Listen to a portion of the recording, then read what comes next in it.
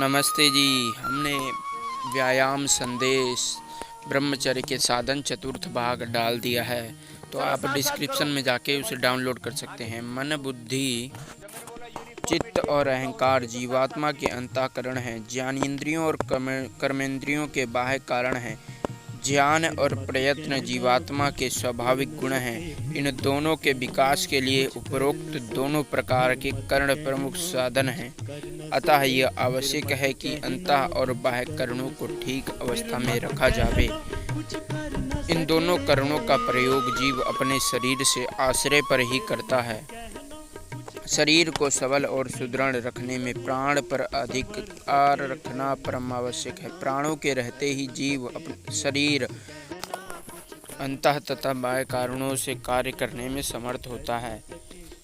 इससे यह सिद्ध होता है कि शरीर और प्राणों को सुनियमों में रखना मानव का परम कर्तव्य है। इन नियमों के एक नियम व्यायाम है।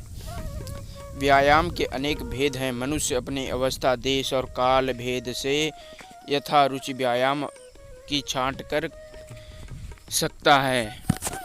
स्वास्थ्य मनुष्य के लिए सामान्य रूप से व्यायाम एक समान ही है। हमारे पूर्वज ऋषि मुनियों के लोक कल्याण के लिए व्यायाम का बड़ा वैज्ञानिक क्रियात्मक विवेचन किया है। प्राचीन व्यायाम पद्धति के स्वीकार करने पर शरीर और प्राण बलिष्ठ होते हैं, जिनके कारण मनुष्य अभ्युदय और निःश्रेयस प्राप्त करने में समर्थ हो जाता है।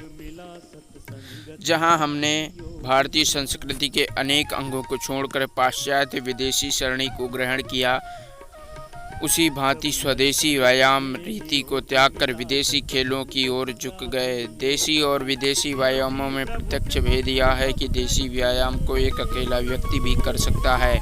वह कुछ नहीं, शारीरिक लाभ के साथ साथ मानसिक और आत्मिक उन्नति होती है। थोड़े स्थान में कहीं भी देशी व्यायाम किया जा सकता है। देशी सामाजिक व्यायाम में भी सब व्यक्तिक गुण हैं, परंतु विदेशी व्यायाम सब खर्चीले हैं। अकेला व्यक्ति उनसे कुछ लाभ प्राप्त नहीं कर सकता। इनसे आत्मिक मानसिक लाभ का तो नाम ही भी नहीं। व्यायाम बाल, वृद्ध, युवा, स्त्री, पुरुष सबके लिए जहाँ परम हितकर है, वहाँ युवकों के लिए तो प्राणप्रद ही है। आर्य जाति में फिर से व्यायाम पद्धति का प्रचलन होवे और राष्ट्र विश्व में अग्रणी बन सके, इसी पवित्र भावना से प्रेरित होकर यह व्यायाम सरणी जनता के सम्मुख प्रस्तुत की जा रही है।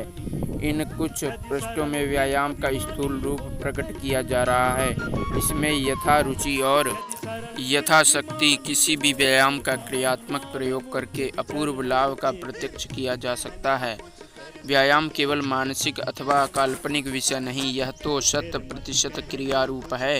व्यायाम शब्द का स्थूल और सूक्ष्म अर्थ भी यही है।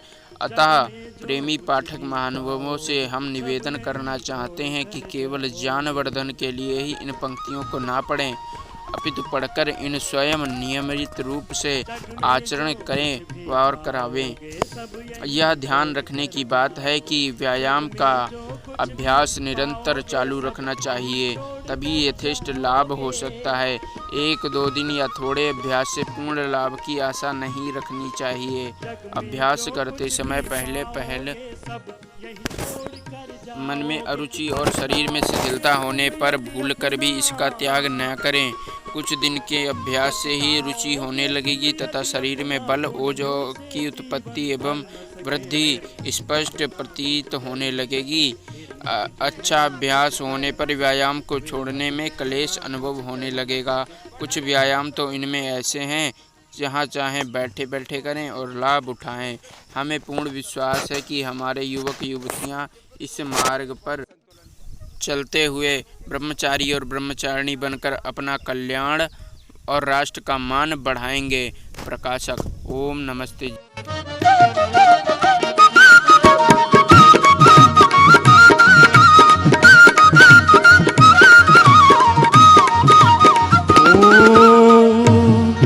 जब अंत समय आ जाएगा तब क्या तुमसे बन पाएगा। जब अंत समय आ जाएगा तब क्या तुमसे बन